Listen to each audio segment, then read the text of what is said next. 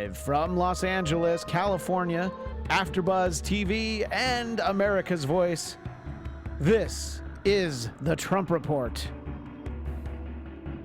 You ever have that feeling that you've been somewhere before and then you're there again? I think it's called deja vu. And welcome to the Deja Vu Trump Report. I'm Christian Bladt. You can find me on Twitter and Instagram at ChristianDMZ. And joining us for the first time ever, hopefully the first of many appearances that he makes here on the Trump Report, Michael Claus, contributor to The Tomorrow Show with Kevin Undergaro and host of I Could Never Be... Michael Claus. Thank you very much. Who can be found online at The Only MC? At The Only MC on Twitter and Instagram. Yeah, and the show I Could Never Be is on Apple Podcasts. It's on the Popcorn Talk. We do it just a few studios down. It's great. I didn't even realize it was Popcorn Talk. So yeah, that's great, though. Pop culture and movies on Popcorn Talk. And you officially cannot do an episode called I Could Never Be on the Trump Report because now you're on the Trump Report. Because, yeah, so well, you got to that was your plan for next week. Yeah, new plan for Monday. Let me call scrap those plans. I need you. But yeah, it's a real brotastic evening here because then on the other end of the desk, the one and only Scott Moore at SMan80. Welcome, gentlemen. So we'll get down to some real manly man talk. That's what's going to be the big difference. There's a lot of places where we can start, but since we are so manly, let's talk about some sort of late breaking news today, which is President Trump saying that he'd like to have a military parade. I don't like to be someone that, really says Russia, Russia, Russia, and link things back to Russia all the time, and the interference and, Russia and Putin. But where have I seen those kind of military parades before? Okay, China, sure. I know, Russia. But, and look, I mean, I guess it's, Don't forget North Korea, though. Yeah, that's they true. Love to do a military parade there. So I'll start with you, Michael. So you hear that. Let's try and see the glasses half full. What would be positive of having a military parade? The bonding time of bringing everyone together. It's like, I'm sure he also saw the one go that, Philadelphia is planning. Obviously, they won the Super Bowl, and it brings everyone together. I mean, even the night of the Super Bowl, look at how much fun everyone was having in the streets. People together. had so much fun in Philadelphia. I mean, let's be honest. The streets were packed. Yeah, I mean, it was standing room only. You had to bring your own trash can to throw through a plate glass window. So are you hoping for that kind of pomp and circumstance? I think so. And if we have that, he might actually be able to say he has the biggest crowd at a military parade. Oh, now see, that's true. So, of course, if he invites the Eagles, they won't necessarily all come, so that might be a problem. Scott, what are your thoughts when you read this? This was actually, I saw your text about it before I even actually saw the headline. So that's how breaking it was. That was such breaking news. You broke the news to me. Give us your thoughts about that as to why he, as in President Trump, thinks it's a good idea. Well, I mean, maybe he wants to have a bigger parade than North Korea, like the bigger button than... but I also think it's great. Hey, why don't we show off the 2018 versions of the tanks, all the, fighter jets that they can carry out, and show what our tax dollars are going for. So it'd be great. Like, let's show those $1 billion pieces of equipment. My concern about this is a lot different than some of the buzz, the chatter that I've seen, which is, so you're going to put all of our military vehicles out there, and so we'll just take a couple of drones overhead, like, all right, let's get a picture of a couple of those. All right, we'll draw up some schematics, and I think it's like announcing what your troop deployments are going to be. It's like, okay, so we're going to be in Fallujah on Thursday. And it's like, okay, at 10 a.m. We've got 12 of these, plate glass armored SUVs. Just 12 though, because obviously if we had 15, they would have all been in the parade. I find it surprising that it took this long for him to try and get some perestroika, just to bring it back around. Now, do we think this is included in the Defense Department budget already, or are we adding on top of this now? No, I think that this is kind of the party planning committee budget. Exactly. I was gonna say it's a different budget. Yes. Yeah, it's okay. It's like it goes along with any kind of other events, like the Easter egg roll. Right. Although what, maybe this means no Easter egg roll. And if you want to make it sort of military themed, the Easter egg roll could be a hand grenade roll. Look, I'm just spitballing right now. Just throwing out ideas. And for those of you watching live on YouTube right now, welcome. Thank you for joining us in the chat. Let us know what you think. What sort of events should there be at the military parade? Let us know. And if you're watching this after the fact, you can tweet us at Trump Report ABTV. In any case, Michael, this is the first time you're here. Scott's heard me say this many times. I can't be surprised anymore at the things that come out of this president. And just a week removed from a State of the Union address that, well, as I said last week, the first hour was hard for most people to dispute. There were a few people on the panel that had no problem, but in general, people find a way. No it matter was what. fairly well received. The polling is what the polling is, but I saw a poll that had a 63% at least favorable or good rating. I like that it's not just good; it's favorable. It's like which when I think back to myself as a student, especially in high school, it was favorable. I wasn't a good student, but it's favorable. Yeah. I tried. I was relatively likable. Did your teachers like you? Okay. For the most part, yeah, I think that they did. So, yeah, I was a favorable student, and he had a favorable reaction to that. And it's just, and we'll talk about the memos in a moment.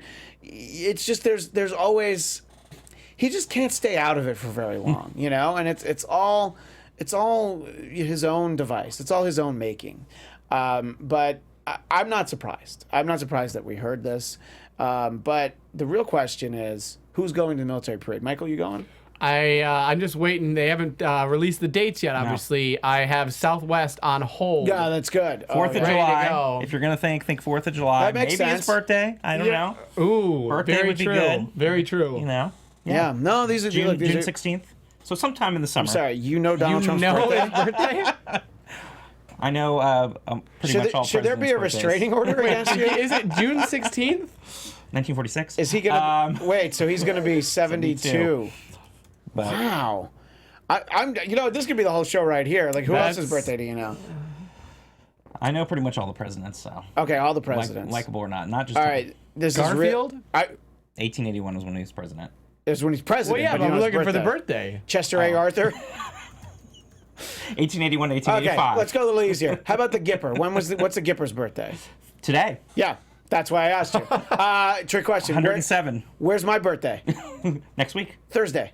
Oh, this Thursday. That was the 15th. No, it's the 8th. No, that's right. Okay. Well, I was a week off. All right. But you're not a president, though, yet. Yeah, give me time. Anyway, so there's our little run on birthdays. But since I brought it up, let's move it along to the memo. And Scott, I feel like the memo's been burning a hole in your pocket. There have been so many days since we did our last show where if we had done this show a few days earlier, we would have done the whole show on the memo. We would have. And now there's plural memos. So memos.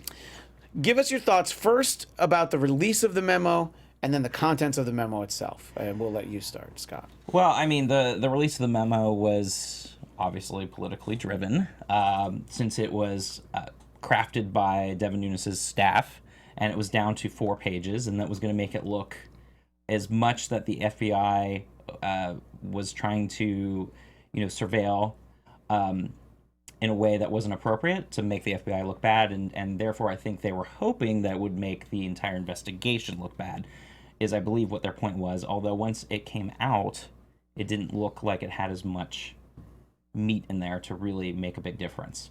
And so a lot of Republicans that were sort of in support of it kind of pushed back a little bit more and said, no, we're all about the Mueller investigation. This is about, a totally separate thing. But it was really much ado about nothing, in my opinion, when it was all said and done. Now, if you could sort of borrow, I was going to say put on a different hat, if you could borrow a Make America Great Again hat for a second. Now, what do you see that could have sort of Trump and the base excited about the fact that this memo did come out? That basically all the right people didn't want it released, so that's why they wanted to see it. Right. No, of course. And I think if you are the base and you are a hardcore Trump fan through and through, you're going to feel like this vindicates Trump's thought that these high-ranking FBI officials were tainted by Democratic allegiances, Democratic Party allegiances, that is. Democratic is a whole separate thing. You're talking about Democratic, capital D. Yes. And so for them, they're thinking, this is great. Like, this is proving the point that, they're justifiable, that this whole investigation towards Trump is a witch hunt, and you can see it right here on paper. But, you know, again, this is like the Cliff's Notes version of things that were going on that was done with a partisan look at it through staff that works for, you know, Devin Nunes. So you have to take that with a grain of salt. But the big thing, which we'll talk about, is going to be, is Trump going to allow the Democratic memo to be released? Yes. And so then we'll see, you know, if he does that, then we could be like, okay, well, at least we're seeing both sides.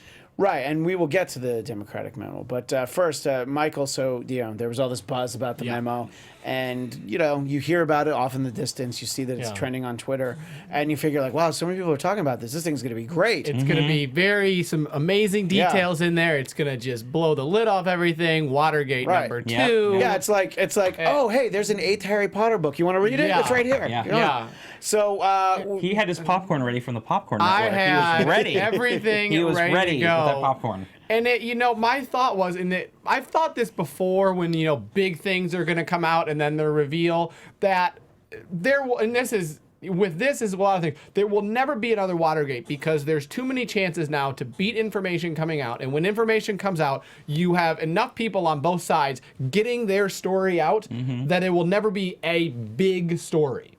There will never be something that's like, oh my goodness, how did we not know about this? This is 0 to 100. In the case of the memo, it was 0 to 10, 10 to 20. Certain people are getting this, more information is getting leaked. So I was trying to control myself of like what I was expecting. I was expecting more. yeah. Right. I think it's still a fair amount of information that's come out and talking like, you know, the big thing lately was like, what charges are they even looking to pursue against, or could they pursue against Trump? Like, what are you looking into him for based on all of this stuff? Like, what is the crime? Right. And so I think that is, again, more of this is kind of building that puzzle.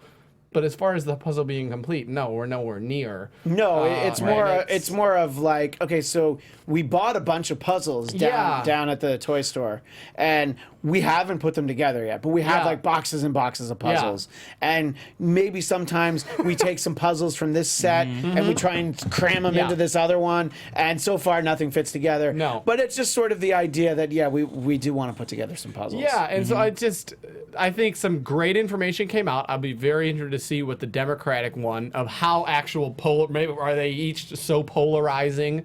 No, this is what was said, but no, literally the opposite was said. You know, compare and contrast the two. But I think there was some decent information about how people went and pushed a document in the dossier, excuse me, that was unverified, and that was, you know, according to this Republican memo, a significant part of how the court decision was made. Yes, not Brian Dozier, Minnesota Twins. Yes. Yeah. But that was close. Yes. So my thinking is this, that the Democratic memo actually doesn't have anything that interesting in it, but then Trump's going to decide not to release it. So then everybody thinks like, oh my God, what's in there? And he's like, believe me, this is for the good of the country. It's 2.5 times as long. 10 pages versus 4. Right, it's all these rebuttals. Or he's just going to say they're all full of lies, and there's no reason that needs to come out. That's what's going to be interesting to see if he actually allows that to come out. Do you have a theory, Scott, as to what might actually be in it?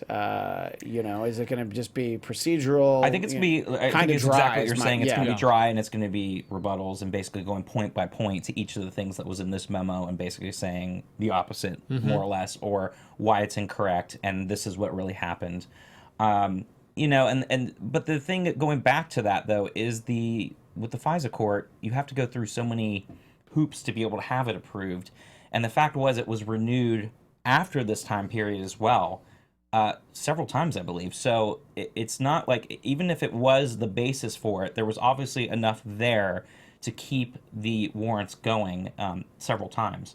So that's something that's sort of left out, because this is, you know, basically a snapshot of a very specific period of time, which again is why it's hard, because you're not seeing the whole picture. And it's also, we're never going to, as the American public, going to see the whole picture anyways, because it's also classified for the most part, and this was the little bit that they were able to let out. I just don't know why the alarm from the FBI, because it didn't seem like there was anything in there that was that juicy or that much that was going to put public safety at risk, or it didn't feel like it was that much, and it felt kind of odd that they were so uncomfortable about it being released in the first place. Are you grouping in with that of the FBI in addition to Democratic lawmakers who kind of said the same thing?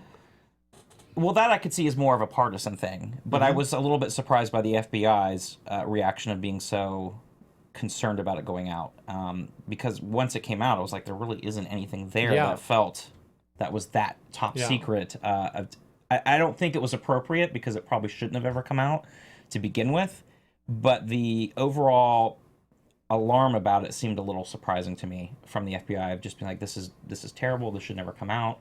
I get where they're coming from, but it lends itself to making it seem like there is something there to hide, and that's why they were so uncomfortable about it. When you look at it, you're like, okay, well, there's not that much there that felt that secretive or was going to really damage national security or anything like that. I didn't go into super detail about how things are done and why and how they go about with these warrants and what they were doing exactly with the eavesdropping and the surveilling and stuff of that nature. So I don't know. It was interesting. Felt like something that you'd see in a movie that you'd never imagine would be in real life. You know, like a spy thriller. Yeah. But overall, it really wasn't that interesting as far as the actual material in there, in my opinion. It's more like a 1,200-page spy thriller, and this is like the first 100 pages where they're like just describing what the buttons look like on his jacket, and you're like, does this pick up at any point?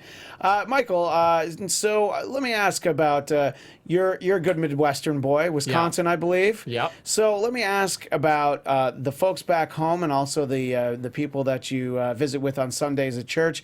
What sort of things? Because this is a different, it's a different background than the people we tend to get on this panel. You know, Hollywood insiders, show business moguls. You know? Yes, me and me. Yeah. Look, I'm right here. You know, I'm the host of the Blackcast. All right. Yeah, that's right. I'm that guy.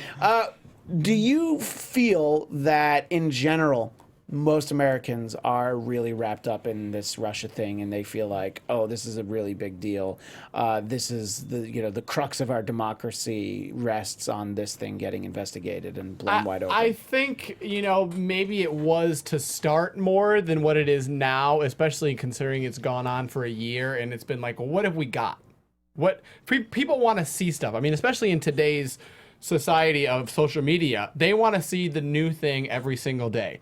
And looking at the whole Russia, I don't want to say scandal or situation, maybe is the best way to put it, because again, who knows what is actually going on? There's a lot of theories. There are things that people feel very deeply. Some people at this panel feel like it's impeachment. It's grounds for impeachment. I'm not going to put anything. Certain people, in the room of three, certain people. Somebody. Look, I'm not saying it might be the couch. It could be the couch. I think people are over it to a certain extent, because there hasn't been stuff that come out. And even the charges that they've filed against people are charges of just lying to the FBI about a 1 out of 10 thing. And it's not anything that's like, oh my goodness, bombshell that has come out. The biggest bombshell that came out was from ABC's Brian Ross that a couple days later got him suspended for a month. Right, and that sort of goes back to what you're saying, how hard it is to try and do Watergate, because everybody rushes. I mean, think about, it basically cost Dan Rather. Russia is, exactly. Yes. Okay. But basically caused. I mentioned this not long ago on the show. It cost Dan Rather his career. How quickly they went with the memo about President Bush. Right. And incidences like that, obviously for Republicans are like, oh yeah, but everyone is still like, ooh, like it doesn't help. Look, and I feel like there are plenty of legitimate newsmen and women out there that want to get to the story. I think sometimes their outlet, whether it be print, TV, whatever, wants a little bit more out of them than they're willing to. It's like, can you juice this up a little bit? Could it possibly be that this is that? This is that? So, I think to your point, though, people are kind of tired of hearing about Russia with no results. If every day there was something amazing, then people would be really into Russia. And those are the tactics that I would use if the story, the scandal, the worst case scenario, if it was true, this is how I would get people to get off the case. Just make them so bored with it that they just don't give a damn anymore, And I think that, there's always a part of me that thinks like, Trump's like this genius puppet master, and he often knows what he's doing even when it seems like he doesn't. Yeah. The heat's on him. Well, now we're going to talk about NFL players kneeling. I mean, every week that something big's about to happen, he finds something new. So I feel like it's entirely possible. Scott, do you feel like people are starting? Is there a little bit of Russia fatigue, or is that not the case in the circles you run in? The shoulders you rub here in Tinseltown. Being a Hollywood mogul, I would. Yeah, I would say that it is still a big story. But Michael brings up a good point, because basically when you're talking about the Watergate time period, you only have 3 network channels that gave you the news, so everyone's basically hearing the same news. You read your local newspaper. You don't have the type of basically digital media, anything that you want that basically caters to what you want to hear about and the way you want to hear about it. So that's why it's a lot easier for a segment in the population. There's a majority of people out there who aren't even paying attention to it because they don't have to. They can go watch whatever shows they want from their phone, from their laptop. They don't have to listen to any kind of news. They can listen to news that goes in a conservative bent, a liberal bent, no politics at all. They could listen to TMZ. They're on TV for an hour every day. So I mean, there's a lot of things that you can now do and have no clue about day-to-day stuff. I'm not saying it's good or bad, but you have that choice of being able to do that. So for a lot of the everyday Americans, I'm from Florida originally, another big swing state. But for a lot of my friends and family back home, it's not an everyday occurrence. But the second point would be that we don't know what Mueller's doing, and that's the point. Like, he's working with his team, and they're not leaking out things every day because they're being methodical about what they're doing. So we have no idea. Nobody knows except that group of what actually is going on and what they found and what direction this investigation has taken. So therefore, because it's sort of behind the scenes and quiet right now, it's very easy for people to kind of lose interest because it's not brought out every day, because we have no idea what they're doing and what they're finding at this point. And we don't know how long it's going to take for them to come to a resolution as well. Yeah, I mean, I always think back to the best example for me of us just not knowing what there is going on until we need to. And that was, I believe it was 2011, President Obama, the White House Correspondents' Dinner. He killed that night. He was so funny, making fun of Donald Trump in the audience, among other things. And just his joke, my boss at the time, Dennis Miller, the comedian, he was like, he was not an Obama fan, but he's like, but it was like pro-style jokes is what he actually said. It was great. Meanwhile, while he's killing comedy, he's got SEAL Team 6 killing Osama bin Laden. And you find out, you're like, wait, it's like exactly when he was on. It's like, wow, now that's a stone cold killer right there. Yeah, that was good. And that's a perfect example of like, we don't know what's going on. We have no and idea. Michael, Scott is always talking about how it's a long drawn out process for Mueller and the investigation, and that it takes time. And Watergate itself took a long time. So that's why Scott's 18 months. He's not qualifying himself to say that there'll be an impeachment in 2018. No. But by 2019, it's possible. Yes. It's going to depend on the makeup of the House and the Senate, a year from now. Well, wouldn't you be? You should be pushing for an impeachment later on as it gets closer to 2020, course. right? You don't want the vote. You wouldn't get the votes now. And then you have impeachment in 2017, what would that have done? Yeah. Then you have a president basically has a full term there under his belt and can run for re-election, where the further along you get, the more of a chance that person who's taking over would be a lame duck. And do you suspect that person would be Mike Pence? You think his fingerprints are dirty too? Because I don't think Mother would let him meet with Mother would not let him meet with Russians. No, Especially not Russian women. be Russian women alone. Yeah, I mean, have you seen some Russian women out there? Yeah. I mean, I wouldn't let Mother Mike would Pence not in. let that happen. So I agree. So and I think I don't know. I find it all interesting, but it's like the sort of the news junkie political nerd in you is like, oh, there's all this stuff. But for most people, it's like I don't have time for that. No, so if Trump would do himself a favor by not bringing it up regularly. If he didn't bring it up, it would make people even. No, it's true though. If he did not bring it up and tweet about it, people would be even more likely to kind of forget about it and be kind of back of mind. But the fact that he always tends to bring it up, like you were saying earlier, he can't help himself. He brings it up, and it puts it back kind of in the forefront again, because most people are not paying attention, and the less you bring it up, the better. And that's basically sort of what Steve Bannon had said when, obviously they're not friends anymore. But it was basically like the whole thing when Steve Bannon back when he had a job. Yeah. It was basically he wanted, and that was in Fire and Fury, so again, taken with a grain of salt, but he had basically said that he wanted them to kind of be the same tactics that the Clintons did in the 90s when, you know, the whole Lewinsky and the impeachment thing was going on, where they basically talked about all the good stuff going on, and they never talked about the impeachment or proceedings or anything else going on with the trial. They just talked about everything else, and it worked for him. And that's why he was able to basically keep his job and keep those high approval numbers when he left office in 2000. You know, when you think of the social climate of today, you have hashtag Time's Up, you have the Me Too movement. Imagine if poor Bill Clinton was president now.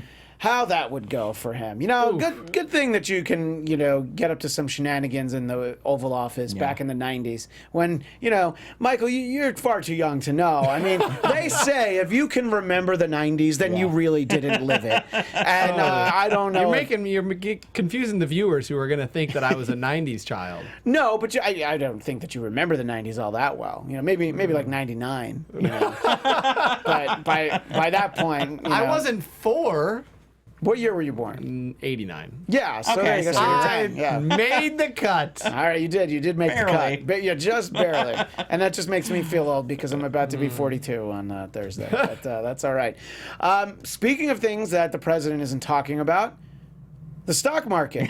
Whoops. Now, there's a few theories on this. Him not talking about it, there's really no need to have a theory. It's just like, oh, that's not going well. I'm going to talk about the other things. That's great. One thought is that the president's tax breaks have started to backfire, and these are some repercussions there. That's for people much smarter than me, people that subscribe to The Economist. Although honestly, the only people I know that subscribe to The Economist has they have a stack of them on a coffee table, and if you were to open it, it like creaks because you're like they've never opened it. They're just trying to look smart, right. but They're worth more in pristine. yeah, condition. you bag and board them like issues of Obviously. Fantastic Yes, of Four. course. That's what National I do. Geographic. Yeah, right, exactly. But I'll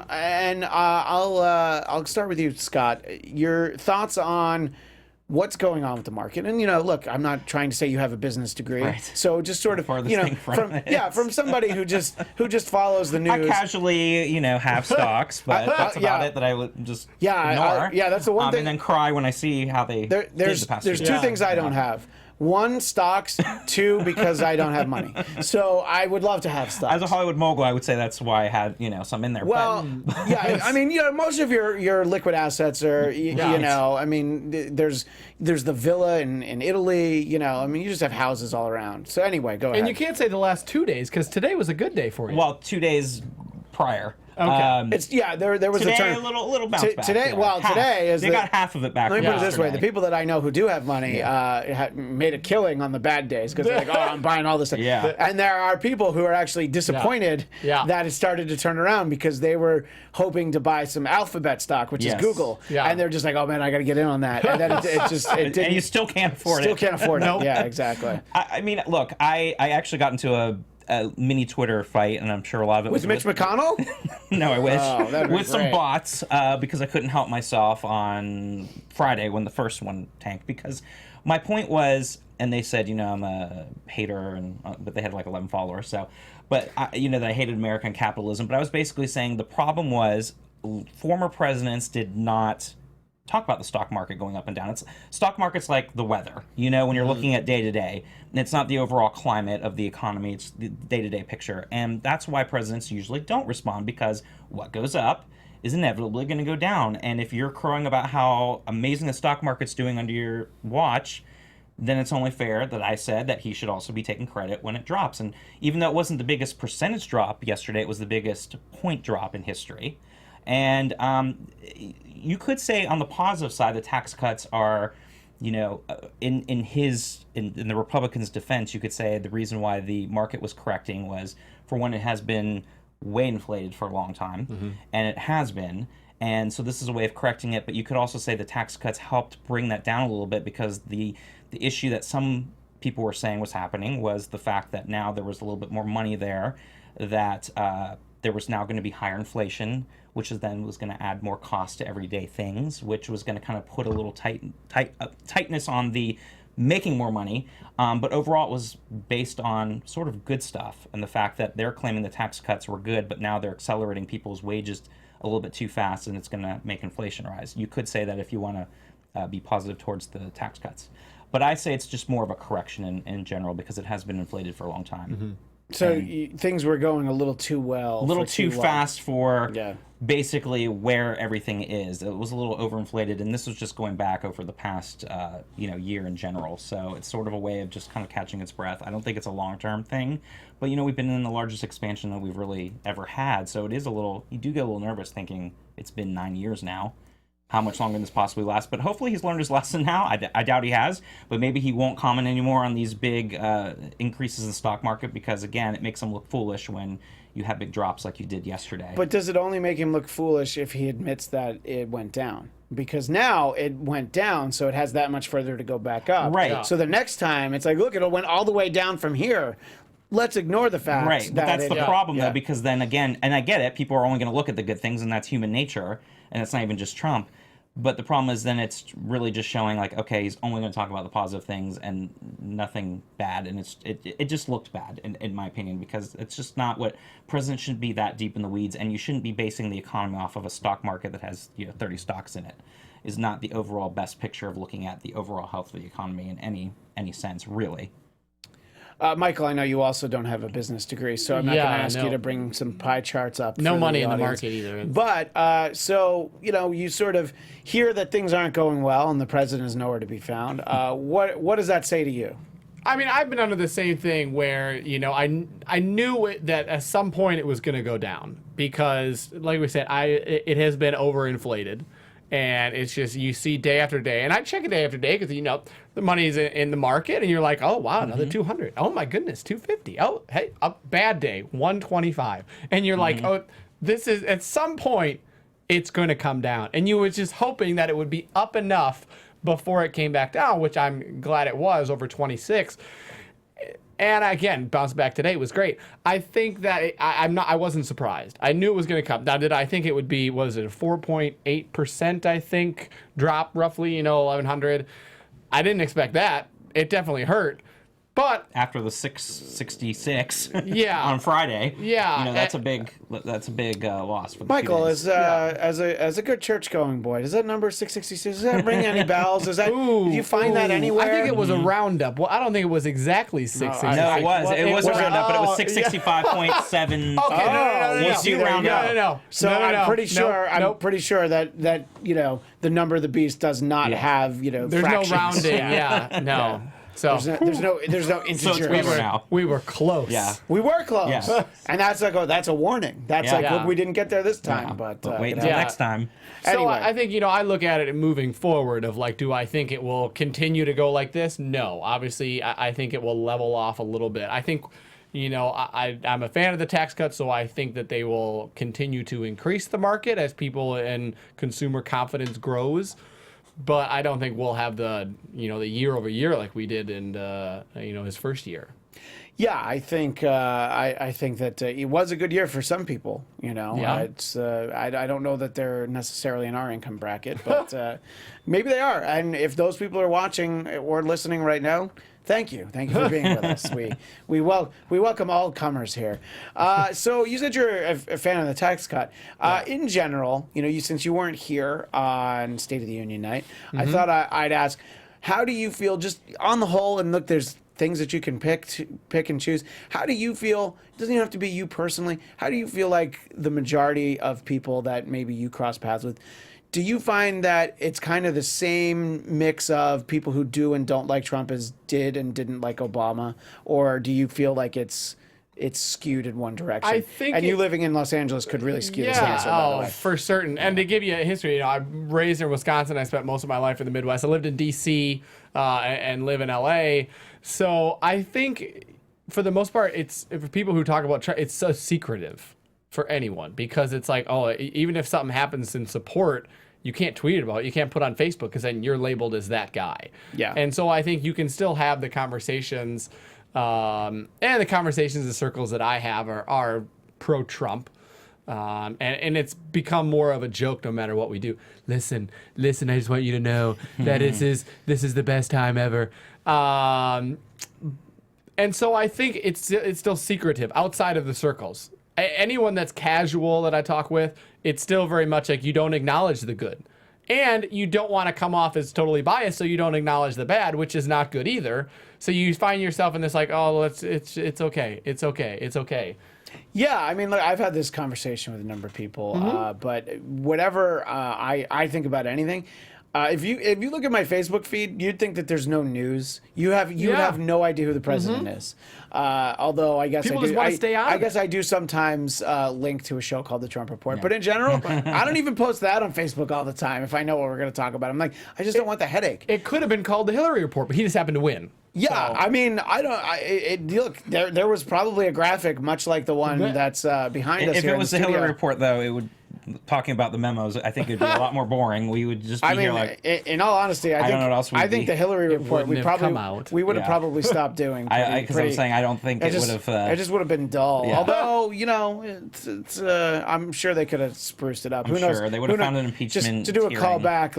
Let's see what kind of shenanigans Bill would be up to if he was back in the White House. But anyway, and it's it's somebody who even feels like the majority of their Facebook friends or Twitter followers tend to agree with them. Even if they still then put something, you're always going to get in a fight with somebody. Yep. There's always like that one cousin you forgot about, Yeah. or that person, the person from high school that you don't talk to anymore, and you don't know why you're friends with them online. And you're just like, why am I getting in a fight over this? I know. So to me, I do it's it on Twitter, and I stop, and they're strangers, and the problem is those fights can go on forever. There's no ending. But They'll go on for days. They have more time to reply. No matter what it is or what it is, they have more time. And they will go on for days and days, and I'm like thinking, okay, I just have to end this now. Yeah. Just have to walk away. But I alluded to it earlier, Michael. But Scott really does try to antagonize Mitch McConnell. I do. I antagonize, and I do it on purpose. So I should. Have you ever gotten a reply? Ever gotten a like? Not from him, but from his follow. That's the thing. The people that will follow him or Donald Trump or Kellyanne or whatever, then I usually get those people riled up, and that's sort of my point. So I should know going into it that I'm going to get people that want to. Yeah, fight. but in general, if it's like, wow, you know what, just hypothetically, the tax cut was great for my family, or you know what he said in the State of the Union about how I was going to get $4,000 more this year. Yeah. I really did, and that meant a lot. Those things. You're like, yeah, I don't think I should say that. Yeah, exactly. You know? You're like, oh yeah, how are things? Good. Yeah, it's like, oh yeah, okay. Yeah, and then it's like, how about that Trump? And then it's like, I know, right? Yeah. Like, just say that. Because you're just like, I mean, it's like, you don't even want to talk. You don't want to talk to somebody who really likes him. Yep. You don't want to talk to somebody who hates him. Nope. Because it's not a great conversation either way. It's Like, so divisive. Yeah. And it's just, you just try to stay out of it and just do as little as possible, which is, again, why I just make The Voice, because then everybody laughs at The Voice. it's true. I mean, even. No, because am I making fun of him? Am I siding with him? Listen, I don't know. I don't know what's going on. Everybody, believe Everyone me. loves The Voice. Believe me. Believe Everybody loves The Voice. Believe me, I love watching the show. tremendous. It's the best show ever. The Trump Report is tremendous. The Trump Report, tremendous. Tremendous. So please let us know either in the chat or on Twitter at Trump Report ABTV some of your thoughts on the president, and also just what you are willing to say on social media and what you're not willing to say on social media. We always appreciate that level of feedback. And it's gone so far, to close it out, of even polling. I don't trust polling anymore, because even if you never are even honest to a computer screen, let alone honest to one of your friends of like, this is actually how I feel. Polling hasn't been accurate in 3 years, and we saw it obviously in the election, and now you notice it everywhere, and you're like, oh, really? That was the poll? But even how much of that is how much are people even willing to admit to a questionnaire on their computer screen?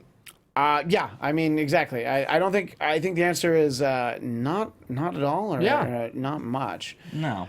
But they at least try to factor that in, and if it's with polling companies that I feel, or at least have the experience, I might be more likely to at least get you'll get a general idea more than anything. And I still believe polling has always been a sort of an inaccurate science, but you have the statistics to back it up. And yes, I get a lot of people, especially last year, did not want to admit that they were voting for Trump, and that was a big issue. But there's always there's always going to be a little bit of that doubt that's tried to be factored in. It's also like, who are the sample sizes? Who are the people that you're talking to? What are the ages? And that's also an issue too, because when you usually do a lot of these polls, you're talking to a lot of older people that have landlines when you're doing the phone calls, but a lot of younger people don't have landlines. So those people are out, which, also you have to kind of put in because they tend to be more liberal or more mobile and might be from the big cities and more likely to vote Democratic. So you have kind of both sides to it too that happen with polling, and so it's a lot to factor in. But yeah, we did see a lot of issues last year, but I still think that a lot of the trusted ones are still right. And you also have a lot of young people who, if their phone starts ringing, they don't understand what that is, and they wouldn't know. Do I know this number? Block. Or they're like, yeah, I don't know that number, and they're also like, well, what is this? Like, what is my phone doing? I only really use it to text, so or for apps or for games. Before we run out of time, I wanted to get both of your thoughts on. There's the idea out there's been a lot written about it, this idea that Trump will actually speak in the Mueller hearings and what it would be like. We've sort of touched on it in the past, but I'll ask you first, Michael. Do you think he's going to actually take the time to do this? And if so, what do you think it would be like? I think it's going to be just like the memo, where it could be built up and there's no way that there's going to be any risk whatsoever of anything bad or tremendously good, and each party's going to claim success of, oh, but we got him to admit this. Oh, but look, he won because he went in front of it. Like, it's just going to be the same back and forth. There's going to, I see the sliver of risk in everything, especially in terms of being the president and the presidency. The sliver of risk is so small, which means the sliver of reward is equally as small. Yeah, I think that there's very little to be gained, and exactly. Lots to be lost. Scott, I assume you hope that the president speaks, but do you think he will? And what would we realistically? Let's not go to the dream journal. What I hope what I wish I saw. That he rides in a unicorn or whatever. What do you actually tweet that picture out later? Yes, exactly. Tweet that out later. I think that his lawyers are going to do everything in their power not to do it, but there's two sides of it though, because then if you have the drag out fight of trying to force him to come in and maybe having a subpoena issued, and it's dragged out, now it's back in the news again every single day, it's in the attention to everybody when you're getting close to the midterms, so that could be bad for him. But the lawyers may try to do everything in their power not to have him go, because they know he's a propensity to exaggerate. Regardless if you like him or not, he loves to exaggerate. He loves to talk, and he loves to kind of talk and get off subject there. So there is a good chance that he would say something that could either perjure himself or add to more crimes for him, or other things that he could slip up and say. So I actually think it's the opposite. I think the risk for him is far greater than the reward for actually going to talk to Mueller. But if it's dragged out long enough and becomes a bigger issue, it's going to be really bad for him as well, because then it's going to be in the news again, and it's going to be like, are they going to have to take it to the Supreme Court? Is that going to be a whole thing? And how is that going to motivate people when it comes closer to the midterm? So it's not really a good situation for him at all, but I think they're going to do everything in their power to delay him meeting with Mueller at all costs, as long as they can try to push it. Maybe they'll set up a date, and then they'll be like, oh, now he's got to move this, and try to push it for a while to hopefully, get as close as they can to the elections, and then they'll try to do what they can to protect their client. I mean, that's what they're there for, and they don't want him to slip up and say something that's going to make it worse for him in the long run. So you think they don't have faith in him under oath? Absolutely not. and not saying something disastrous. Correct. Exactly. Right. I know, it's a surprise. You'd think that they would know their client. Yeah. But again, that's going to be anybody. That's not even just defending him. I mean, that's what a lawyer's going to do, is protect their client and at all possible not have them say something that could put themselves in a risk. I mean, that's why you always say when you're arrested, you have a right to have a lawyer before you say anything. It's the same thing, because you don't want to say something that's going to put yourself in a situation to where you're either admitting to a crime, but you weren't, but you felt coerced to, because the people or the police are investigating you and asking you these questions and making you feel uncomfortable. It's the same thing with Mueller. I mean, they're trained to ask specific questions and to make people say things that maybe they wouldn't have said if they had their lawyer with them, or, it's those type of things that they're going to be looking out for his best interest to make sure he doesn't do things like that. I know that we are indeed out of time. I want to take one more minute and get each of your thoughts on something. President Trump speaking about the State of the Union address, was saying that the Democrats who did not applaud were treasonous.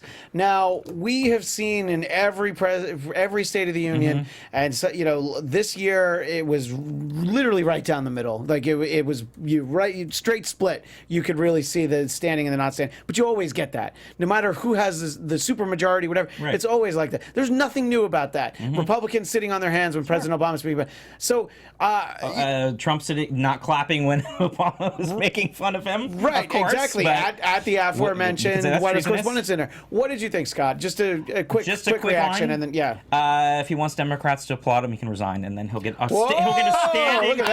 standing ovation. Not even just applause. He will get a standing ovation. So he wants that. Resign, Donald, and you'll have it. Scott Moore with the mic drop. A final thought from Michael Claus. It would only be if they forced him to resign, not if he chose to resign. Anything he chooses to do on his own, they're not going to support. No. Yeah, they're like, can you believe he resigned so quickly? No, we're against this. He thought of this? No. But I don't know. I feel like, you know what? It's very American to decide, like, I am not going to stand up and applaud that. It got tens of thousands of likes on Twitter. That succeeded exactly what he wanted to do. Right. That's true. It's like the NFL players kneeling, which I don't think he actually has a problem with. He has a problem with he has a problem with NFL owners who didn't want him to own the Buffalo Bills. That's what I think. Exactly. But anyway, you're right. We are definitely out of time here. But thanks so much to everybody who watched this evening or afternoon, depending on when you watch it. Big thanks to Michael Claus, who joined us for the first time. Hopefully we'll see you again soon. I'll be back. As I mentioned, you are a contributor to the Tomorrow Show with Kevin Undergaro. You can find that at tomorrowshow.com. And of course, the host of I Could Never Be that is at Popcorn Talk Network. Yeah, Popcorn Talk and iTunes, and that is only positive content. So if you come here and you think, oh, divisiveness, no, positive, uplifting content. We love that. It's amazing. And Scott, where can people find you? You can find me on Twitter at sman80. That's sman80, and otherwise Hollywood Mogul by day. Yes, exactly. And you can find me online at ChristianDMZ, and as I mentioned, I have my own podcast, The Blackcast, BLADTCAST. Check it out. All over AFTERBUZZ TV. You can see me most days out of the week, it feels like. Anyway, thanks so much to everybody who joined us. Thanks to Anthony, a.k.a. at Tony B. Dead, B-D-E-D, in the booth. And we will see everybody next time here on The Trump Report.